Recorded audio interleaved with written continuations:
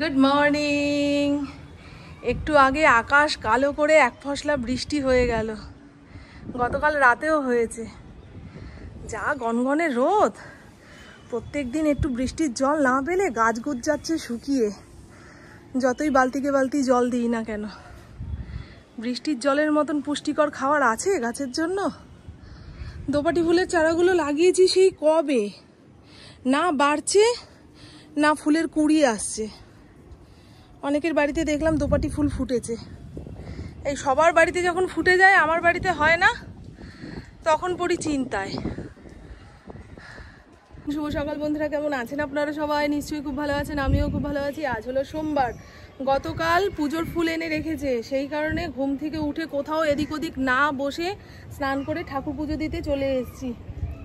আর এবছরে ভাদ্র মাস কেটে যাচ্ছে, আশ্বিন মাস পড়বো অবস্থা, তাও মেঘ কাটছে না। আশ্বিন মাসে ওই নীল আকাশে পেঁজা তুলোর মতন মেঘ ভাসবে, তবেই না পুজো পুজো ব্যাপারটা আসবে মনের মধ্যে। কিন্তু এবছর চারপাশ দিয়ে কেমন একটা চাপ চাপ ভাব, মানুষের মনে সেই আনন্দটা নেই। কারণ এখনো আমরা তিলোত্তমার বিচার পেলাম না। পুজোর কেনাকাটার চক্করে আকাশ বাতাস দেখে আমরা এই বিচার পাওয়ার কথা না ভুলে যাই। আমার তো মনে হয় যারা দোষ করেছে আমরা তাদের শাস্তি দেখতে পাচ্ছি না, কিন্তু তারা প্রত্যেক দিন সকাল থেকে রাত্রির পর্যন্ত মর্মে মর্মে মরছে। এই না ধরা পড়ে যাই, এই না ধরা পড়ে যাই, এমনকি তারা রাতেও ঘুমাতে পারছে না। তাদের শাস্তি কিন্তু চালু হয়ে গেছে, আমরা খালি চোখে দেখতে পাচ্ছি না। তাই দেখেছেন নতুন পাতা এসছে, শিম গাছে ফুল হচ্ছে, তবে হালকা হাওয়াতেই কেমন ঝরে যায়। দেখেছেন প্রচুর ফুল এসছিল, সব ঝরে গিয়ে দুই একটা শিম দাঁড়িয়েছে। কোথায় গেল? এই মুহূর্তে না দেখাতে পারলে বলবেন তোর মামন তুমি ড্রপ দিচ্ছ না গো বন্ধু। দুই একটা শিম হয়েছে, কোথায় গেল বলেন তো? এই দেখুন, এই দেখুন, এই দেখুন, দেখেছেন এই যে শিম হয়েছে। এরকম ভেতরে ভেতরে 4-5খানা শিম খুঁজলে পাওয়া যাবে। এই হলো আমার ছাদ বাগানের গল্প। বুঝতেই পারছি না, এত শক্ত হয়ে গেছে গ্রিল দরজায়। একটু তেল না দিলে হয়? কে দেবে? এই সমস্ত কিছু আমাকেই করতে হয়। ইন্দ্র চোখ ফেরানোরই সময় পায় না, কাজকর্ম নিয়ে এত ব্যস্ত। বলি না, আমার ইন্দ্র হলো সংসারে থাকা সন্ন্যাসী। সংসারের শোক তাপ দুঃখ কোনো কিছুই ওকে ছুতে পারে না। যেমন রেঁধে বেড়ে দিচ্ছ তেমনই খাবো, যেভাবে ঘুম পাড়াচ্ছ সেভাবেই ঘুমাবো, কোনো অভিযোগ নেই, কোনো কিছুই নেই। খালি কাজ কাজ কাজ কাজ, সকাল থেকে রাত্রির পর্যন্ত কানে ফোন। বদনাম করছি না, অভিযোগ করছি না, মানে একজন ব্যবসাদার মানুষের যে কি হতে পারে সেটাই বলছি। এবছরের জন্মাষ্টমী সেরকম ধুমধাম করে হয়নি, অনেক মানুষকে বলিনি, সেই জন্য গোপালকেও উপহার দিতে ভুলে গেছি। সেই কারণেই হয়তো আমার ফোনটা খারাপ হয়ে গেল। তাই নতুন ফোন কিনতে যাওয়ার আগে গোপালের জন্য এই নতুন থালা আর গ্লাস এনেছি। পুরো কাঁসার বাসনের মতো দেখতে লাগছে না? ভেতরটা কেমন অস্থির অস্থির লাগছে, জ্বর জ্বর লাগছে, গা হাত পা চাবাচ্ছে। মনে হয় এখান থেকে অতটুকু হেঁটে যেতে পারবো না। খুব কষ্ট হয় গো বন্ধু। সবসময় তো ঘেমো জামা ছাড়তে পারি না, মনে হয় একটুখানি পাখার নিচে বসি, ব্যাস হয়ে গেল গন্ডগোল। আমার আবার ওই শরীর পুড়িয়ে জ্বর হয় না, থার্মোমিটার বুঝলেও প্রমাণ পাবে না কেউ, কিন্তু ওই ভেতরটা জ্বর জ্বর জ্বর জ্বর লাগে। এখানে প্যারাসিটামল খাবো। সারাদিনের কত কাজ, এখন যদি বলি না থাক। বল হরি বল, হরি বল। ঠাকুর ভালো থেকো, আমাদেরও ভালো রেখো। ফড়িং প্রসাদ খাওয়ার জন্য আমার গায়ের সঙ্গে এটে সেটে বসে রয়েছে। গতকালকের বাসি ভাত রয়েছে 1 মুঠ, আর এটুকু খেয়ে বেরোক। এইটুকু ভাতেই পেট অনেকক্ষণ ভারী থাকবে, ঘরে বসে আমার চিন্তা হবে না। হয়ে গেছে তবু। আমি ওকে বিস্কুট দিলাম, সেটা খেলো না, চোখে মুখে বুঝিয়ে দিচ্ছে আমার বাবা হাতে করে খাওয়াবে তবেই আমি খাবো। তুমি যতই মন্ডা মিঠাই দাও না কেন, সকালের খাবার আমি আমার বাবার হাত থেকেই খাবো। বুঝেছেন? আমি সেই কোন সকালে বিস্কুট দিয়েছি, ইন্দ্র এখন হাতে করে খাওয়াবে, সব বিস্কুট খাবে, বুঝেছো? হ্যাঁ, ওর মন মর্জি মতো আমাদের চলতে হবে। কোন সকালে ওকে দিয়েছি জানো? 9টার সময়। খেলো না মানে খেলোই না, 14 বার থালার সামনে আসছে, মুখ ঘুরিয়ে চলে যাচ্ছে।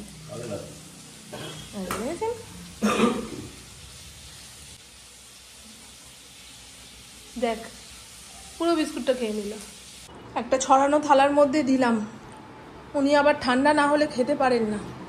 ডিম নেই জানো, পুরো মনে হচ্ছে আলু ভাজা দিয়ে ভাতটা মেখে দিয়েছে। পুপু এখানে চা, চিনি, দুধ মেপে ঝুপে বসিয়ে দিয়েছে। এখন আধা ঘন্টা পৌনে 1 ঘন্টা ফোটাবে, তবে নাকি চায়ের স্বাদ আসে। আমার তো অত ধৈর্য লাগে না গো, চায়ের তেষ্টা লেগে গেছে। চা না খেয়ে পরের কাজে হাত দিতে পারবো না। এখানে ভাতের হাঁড়িতে চাল ধুয়ে রেডি রাখলাম, আধা ঘন্টা ভিজুক। নতুন কিনা তো না, রিবকের জুতোটা হেলায় ফেলে ফেলে নষ্ট করে ফেললো, সেটা আজ আমি বাইরে ফেলেছি। আর কি দোকানে দেবে, ও সুভাষ নিয়ে চলে যাবে কালকেই। রিবকের চটি পরে কত আরাম, সেইটা ফেলে দিয়ে এখন এই ফুটপাতের মাল করছে। দাম বলবে নাকি তুমি? এটা চমকে যাবো দাম বললে? না, আমি তো বললাম কম দামের জিনিস। তাহলে মেয়ে বলছে দামটা বলে দিলে চমকে যাবো। কি কোম্পানি দেখি? তাহলে দেখ, কতক্ষণ ধরে ফুটিয়েছিস, যে চা কাপের গলা অবধি ওঠেনি। বুঝলি বন্ধু, আমি যখন বললাম ছেঁকে নিয়ে আসি, না না চলে আসো চলে আসো, এখন ফুটতে ফুটতে এই অবস্থা। পটল রয়েছে, দেশি পটল, যে পটলের ভেতরে বেশ দানা দানা হয়ে যায়, পাকা পাকা ব্যাপারটা থাকে, সেই পটল দিয়ে তরকারি ভাজা যেমন ভাবেই দাও না কেন আমার ভীষণ প্রিয়। এই পটলটা সেরকমই হবে। এর আগের দিন এনেছিল, যার থেকে পটল তার থেকেই আনতে বলেছি, বললো তো তার থেকেই এনেছি মামন, ওই একই রকম। আজকে গোটা গোটা পটলের পোস্ত বানাবো, উচ্ছে রয়েছে কিছুটা, চাল কুমড়ো রয়েছে, সেই দিয়ে একটু ডাল হবে, ব্যাস। আর পুপু কালকে রাতে মাটন খায়নি, ওর ভাগের মাটনটা রয়েছে, সেটা গরম করে দিলে ও খেয়ে নিতে পারবে। কারণ তিতার ডাল, তিতার তরকারি এই সমস্ত শুনলেই মুখ ছিটকায়, খাওয়া তো দূরের কথা, মোটে তিতা খাওয়াতে পারি না জানেন, ছোট থেকেই। সকালে খালি পেটে চিয়া সিডস খেয়ে আমার পেটটা একটু নরম করছে, যা খাচ্ছি সেটা আর পেটে থাকতে চাইছে না। মুগ ডাল দিয়ে তিতর ডাল বানাবো। বাইরে চালের ডাব্বাটা একেবারে ভেতরে রাখতে হবে, আর এই কৌটোগুলো সামনের দিকে রাখতে হবে, তাহলে জিনিস নিতে সুবিধা। অড়হর ডালটা বাইরে রেখেছি, পোকায় খেয়ে গেছে অর্ধেক, ফেলে দিতে হবে। এই ডাল আর রেঁধে খাওয়া যাবে না। মুগ ডাল কড়াইয়ের মধ্যে হালকা টেলে নিয়ে কৌটোতে ভরে রাখি, সেই কারণেই ভালো রয়েছে। এবার থেকে অড়হর ডালটাও এরকম টেলে নিয়ে কৌটোতে ভরবো, নাহলে বর্ষার দিনে সব কিছুতেই যেন ছাতকুড়া লেগে যাচ্ছে। কত জিনিস ফ্রিজে রাখবো।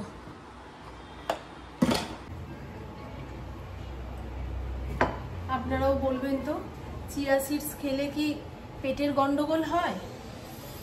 এর আগে খেয়েছি, তখন কিছু বুঝলাম না, এই 2 দিন ধরে খাওয়ার পরে পেটটা কেমন নরম লাগছে। ডালটা 2খানা সিটি দিয়ে নাবিয়ে নিই, তারপরে এই প্রেসার কুকারের মধ্যেই ফড়িংয়ের ভাত বসাবো। এখানে পটলটাকে গোটা গোটা করে কেটে মাঝখান দিয়ে চিরা লাগিয়েছি, লবণ হলুদ মেখে রাখলাম, তেলের মধ্যে দেওয়ার সঙ্গে সঙ্গে ভাজা হয়ে যাবে। আর তিতার ডালের জন্য উচ্ছেটা একটু মোটা মোটা করে কেটেছি, উচ্ছে তো নয় করলা। কালকে অত রাত পর্যন্ত মহাভারত দেখেছে, সেই মহাভারতের সিন ক্রিয়েট হচ্ছে এখন ঘরে, তাই না মা? তুমি কোন ক্যারেক্টারে রয়েছো? এই মার মার মার মার। আমার মেয়ের মাথার গার্ডারটা যতক্ষণ না খুলে নিতে পারছে ওর শান্তি নেই। কি হয়েছে মা? ওই দেখো কেমন লাভ দিয়ে গায়ে ওঠে, এরকম করে জানেন।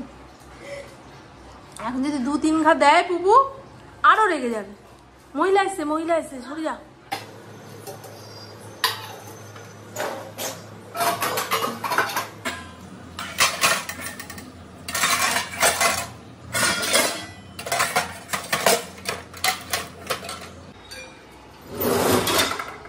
আপনারা অনেকেই বলেন না যে ভেজা বাসনগুলো কেন এর মধ্যে ভরে রাখছো, নষ্ট হয়ে যাবে তো ক্যাবিনেটগুলো। এই দেখুন জালি করা রয়েছে, ভেজা বাসন উপর করলেও সব জল নিচ দিয়ে গড়িয়ে পড়ে। এর আগেও একবার বলেছিলাম, তারপরেও অনেকে আপনারা বলেন। প্রেসার কুকারের মধ্যে ফড়িংয়ের ভাত বসিয়েছি। এই প্রেসার কুকারটা এত জঘন্য, পরিমাণের তুলনায় একটুখানি বেশি জিনিস বসিয়ে দিলে সব উপচে পড়ে। গ্যাসটা মুছলাম, ভাতটা নামানোর পরে আবার মুছতে হবে। সে যাই হোক, আজ দুপুরে কি রান্না করেছি না করেছি তার এক ঝলক দেখিয়ে নিই। এই হলো দই সর্ষে পটল, একটু বড় ভাণ্ডর মধ্যে ঢেলেছি বলে ঝোল তরকারির রং বোঝা যাচ্ছে না, সব নিচে থিতিয়ে গেছে।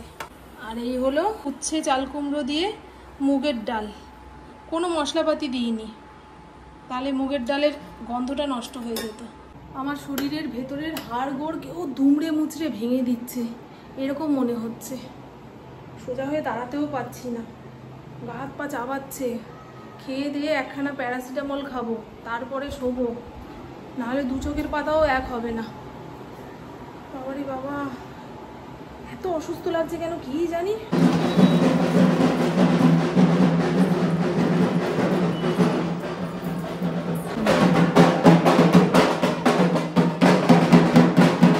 কি বললাম, বিশ্বাস হয় না না? এতকাল এই পাড়াতে রয়েছিস, কখন কি পুজো সেটার বোধগম্য হলো না। বিহারিদের 4টে না 3টে ছট। এখন সময় সন্ধে 6:30, বাইরে ঝিরঝির করে বৃষ্টি নেমেছে। ভেবেছিলাম হাঁটতে যাব, দুপুরে তো শরীর ভালো লাগছিল না, একখানা প্যারাসিটামল খেয়ে শুয়েছি। এখন শরীরটা তাজা রয়েছে, তবে মুখের ভেতরটা পুরো তিতো। পুকুকে বললাম চা খাবি, এতক্ষণ যাবৎ রাজি ছিল, হঠাৎ করে বলে আমার অম্বল হচ্ছে। এদিকে ইন্দ্র গেছে সিঙ্গারা আনতে। এরকম বৃষ্টি বাদল দিনে চপ মুড়ি সিঙ্গারা দিয়ে চা খেতে কার না ভালো লাগে। আর ফড়িংয়ের জন্য ছানা আনবে, গতকালকে ছানাটা তো নষ্ট হয়ে গেল। পুপু যদি চা খেত, আমাদের 3 জনের চা পুপুই বানিয়ে ফেলতো। ও যেহেতু খাবে না, আমি তো বলতে পারি না যা মা আমাদেরটাই শুধু বানিয়ে নিয়ে আয়। আর রচা ভালো করে বানাতেও পারে না গো। এত সুন্দর করে বলতে হতো, তুমি তো কানে মহাভারত দিয়ে রেখেছো, আমি ডাকলে শুনতে পেতে। তুমি পাও না। কে রাগালো আমার মেয়েটাকে? তুমি রাগালে আমার প্রতি কথা চাপালে। এই ক্যামেরার লাইট জ্বলে উঠলো রে। একটু আগে ফড়িংয়ের চিকেন দিয়ে গেল, চিন্তা হচ্ছিল ফড়িং রাতে কি দিয়ে ভাত খাবে। সে তো ডিম দিয়ে ভাত খেতে চায় না জানেন, এমনি ডিম প্রিয়, কিন্তু ভাতের সঙ্গে মেখে দিলে খেতে চায় না। তাই চিকেনটাকে ধুয়ে প্রেসার কুকারে 2খানা সিটি দিয়ে রেখে আসলাম। ফড়িং যখন রাতে খাবে ততক্ষণে ঠান্ডা হয়ে যাবে। চলো চলো চলো চলো।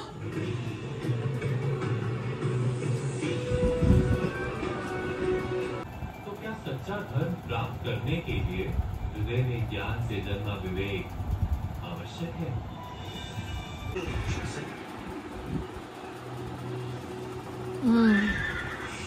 এসে গেছে ধর্মপুত্র যুধিষ্ঠির।